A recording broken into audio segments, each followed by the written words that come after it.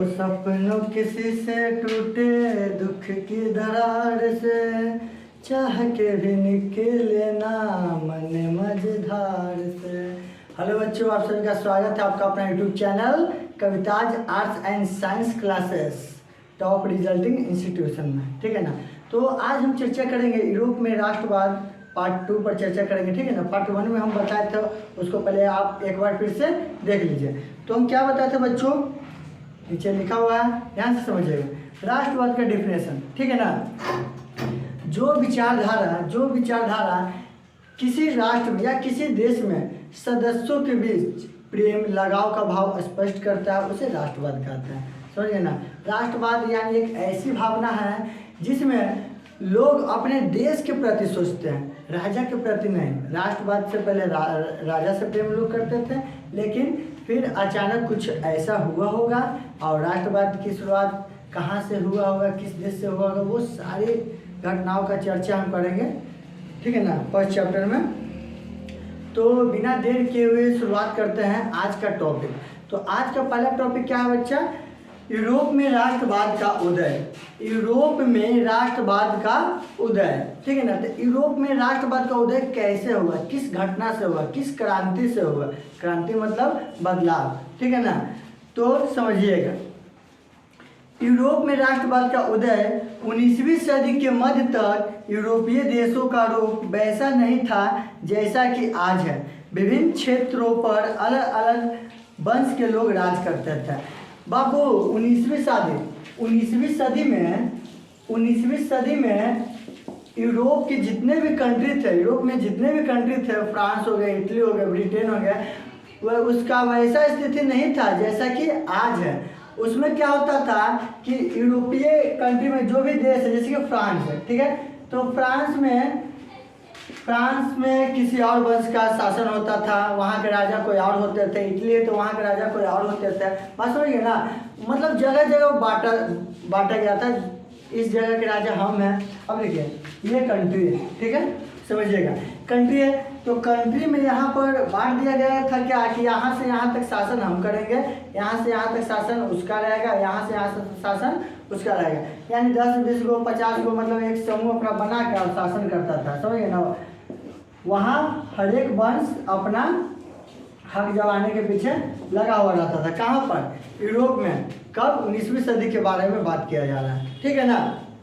फिर क्या है, इन इलाकों में राजतंत्र का शासन हुआ करता था, और जितना भी 19वीं सदी में जितना भी इलाका था वहाँ पे शासन कौन करता था, राजा करता था। समझिए ना। शासन किसका होता था बच्चों, राजा का शासन हुआ करता था। कहाँ पे, यूरोप में। यूरोप के जो भी कंट्री है वहाँ पे 19वीं सदी की बात किया जा रहा है, तो वहाँ पे शासन किसका हुआ करता था, राजा का। उस समय लोग अपने देश से प्रेम नहीं करते थे, राजा के प्रति प्रेम का भाव स्पष्ट करते थे और राजा से भी प्रेम करते थे। ठीक है बच्चों, समझ में आ रहा है ना।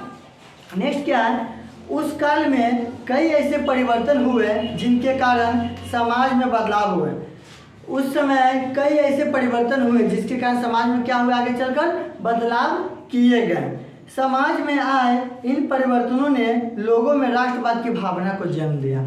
और जो परिवर्तन 19वीं सदी में आया था यूरोप में, यूरोप के जितने भी देश या जितने भी इलाका में जो परिवर्तन आया था, वो लोगों में किस भावना का उदय करवाया, राष्ट्रवाद की भावना का उदय करवाया। यानी लोगों को एक साथ जब पहचान दिया, एक साथ मिलकर रहिए और प्रेम किससे कीजिए, राजा से नहीं, देश से प्रेम कीजिए।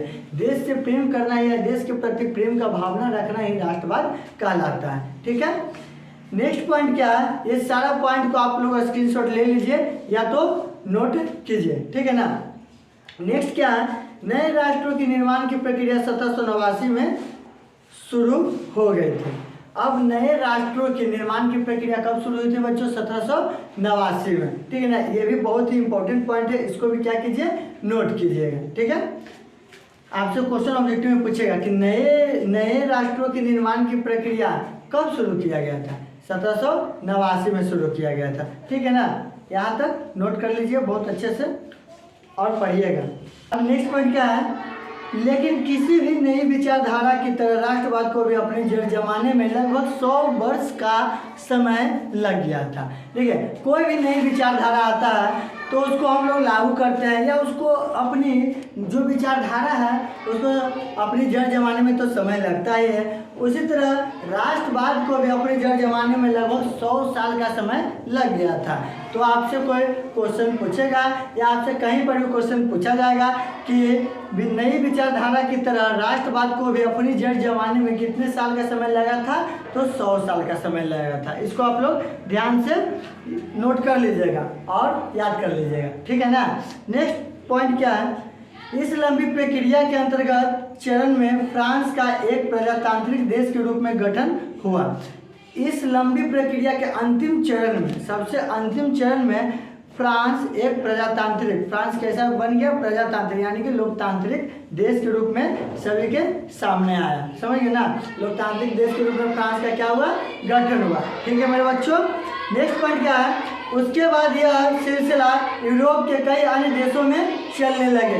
सबसे पहले राष्ट्रवाद की शुरुआत कहाँ पर हुई थी, फ्रांस में। तो फ्रांस के देखते देखते अगल बगल के जितने भी यूरोप के कंट्री थे, फ्रांस के जो सटे हुए थे या यूरोप में जितने भी कंट्री थे, वहाँ पर भी देश राष्ट्रवाद की भावना का उदय होना शुरू हो गया। इस प्रकार हम कह सकते हैं कि यूरोप में राष्ट्रवाद का उदय होने की प्रक्रिया चालू होने लगा था। ठीक है ना बच्चों। नेक्स्ट पॉइंट क्या है, 20वीं सदी की शुरुआत आते आते विश्व के कई हिस्सों में आधुनिक प्रजातंत्र की स्थापना हो गई थी। यानी कि जो लोकतंत्र आज हम लोग देख रहे हैं उसकी शुरुआत कब से हो गई थी, 20वीं सदी के शुरुआत में। 20वीं सदी के आते आते ही यूरोप के अधिकांश देशों में प्रजातांत्रिक शासन शुरू हो गया था, लोकतांत्रिक शासन शुरू हो गया था। ठीक है ना। तो इसी के साथ आज का टॉपिक होता है समाप्त, यूरोप में राष्ट्रवाद का उदय। यूरोप में राष्ट्रवाद का उदय कैसे हुआ ये आप लोग समझ गए, अच्छे से समझ गए तो नोट कर लीजिएगा। और देखिए वीडियो को अधिक से अधिक शेयर कीजिएगा ताकि अधिक बच्चे मेरी वीडियो को देख सकें, तो हम और भी डीपली और भी बढ़िया से इस पर पढ़ाएं और आप लोग अच्छे से नोट कर पाए। समझिए ना। इसी के साथ आज का वीडियो की करते हैं समाप्ति। जय श्री राम, जय जय बजरंग बली। ठीक है बच्चों।